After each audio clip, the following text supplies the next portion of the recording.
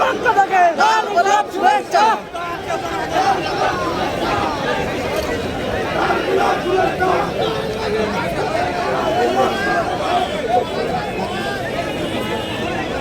আসসালামু আলাইকুম ওয়া রাহমাতুল্লাহ।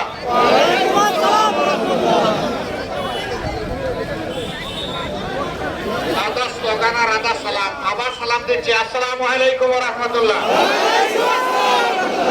কেমন আছেন আপনারা? মিষ্টি মিষ্টি শীত, সেই মিষ্টি শীতের শুভেচ্ছা সবাইকে।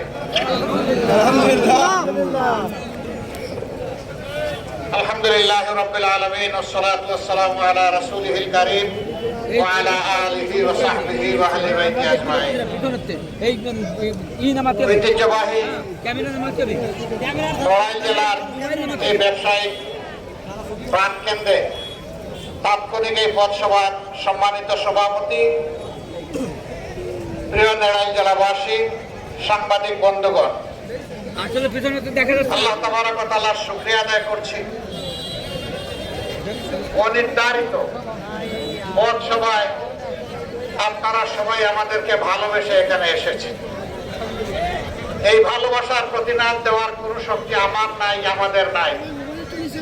যার ভালোবাসা এখানে এসেছেন সেই মহান প্রভুর দরবারে দোয়া করি আল্লাহ যেন আপনাদেরকে ভালোবাসেন। আমরা সবাই পরস্পরকে কেবলমাত্র আল্লাহর জন্য ভালোবাসি। মহান আল্লাহ সুসংবাদ দিয়ে বলছেন, যারা শুধু আমার জন্য পরস্পরকে ভালোবাসে তাদের সবাইকে আমি জান্নাতে ঢুকাবো। দোয়া করি আল্লাহ যেন জান্নাতে আমাদের একটা মিলন মেলার ব্যবস্থা করে দেন।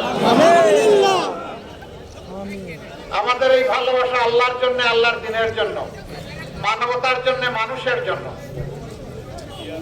প্রিয় দেশ আমাদের সবার, দল, ধর্ম, বর্ণ, ভাষা বৈচিত্র্যের ঊর্ধ্বে উঠে এ দেশ আমাদের সবার।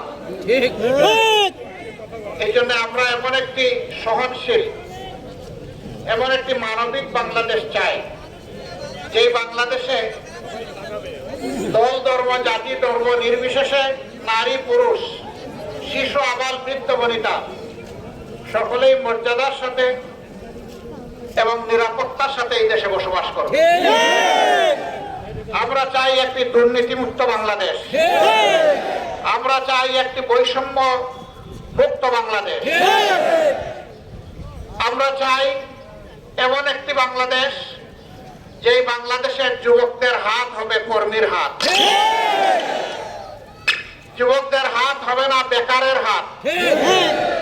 এমন বাংলাদেশ চাই যেই বাংলাদেশে পুরুষরা যেমন করে, রাস্তায়, কর্মস্থলে, সর্বত্র নিরাপত্তার সাথে বসবাস এবং চলাফেরা করতে পারবে, অনুরূপ ভাবে আমার মায়েরা, বোনেরা, মেয়েরাও তাদের নিজস্ব আবাসে, রাস্তায়, কর্মস্থলে, সর্বত্র তারা ইজ্জত এবং নিরাপত্তা নিয়ে চলাফেরা করবে।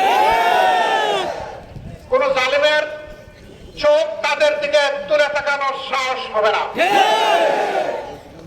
আমরা এমন বাংলাদেশ চাই যে বাংলাদেশে কোনো চাঁদাবাজি আর হবে না, দখলদারি হবে না, মানুষের পর মানুষের কোনো জুলুম বরদাস্ত করা হবে না।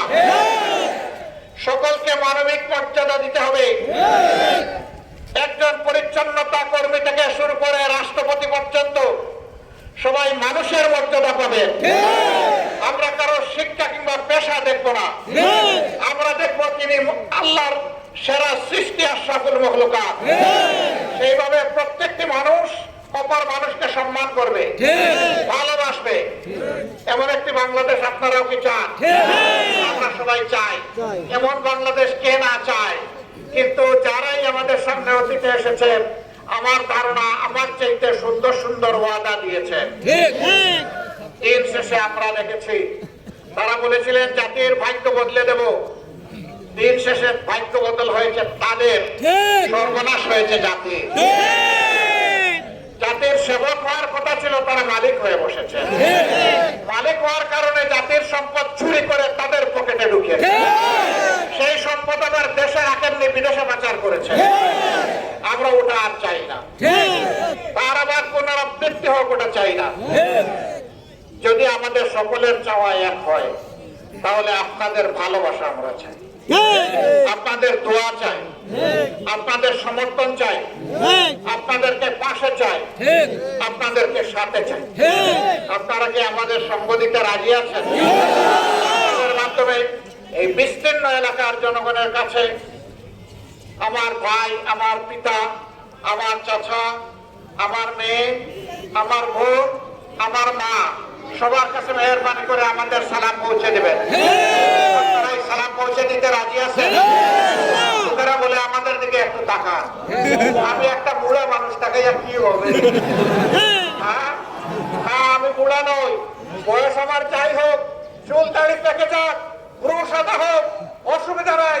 আলহামদুলিল্লাহ, আল্লাহ যেন আমার কলিজায় যুবক রাখেন আপনারা। এবং যুবকদের হয়ে যুবকদের সাথে আমি যেন এই দেশবাসীর জন্য লড়াই করতে পারি, আমার বন্ধুরা সঙ্গীরাও যেন লড়াই করতে পারে। সকলকে ধন্যবাদ। আসসালামু আলাইকুম ওয়া রাহমাতুল্লাহ।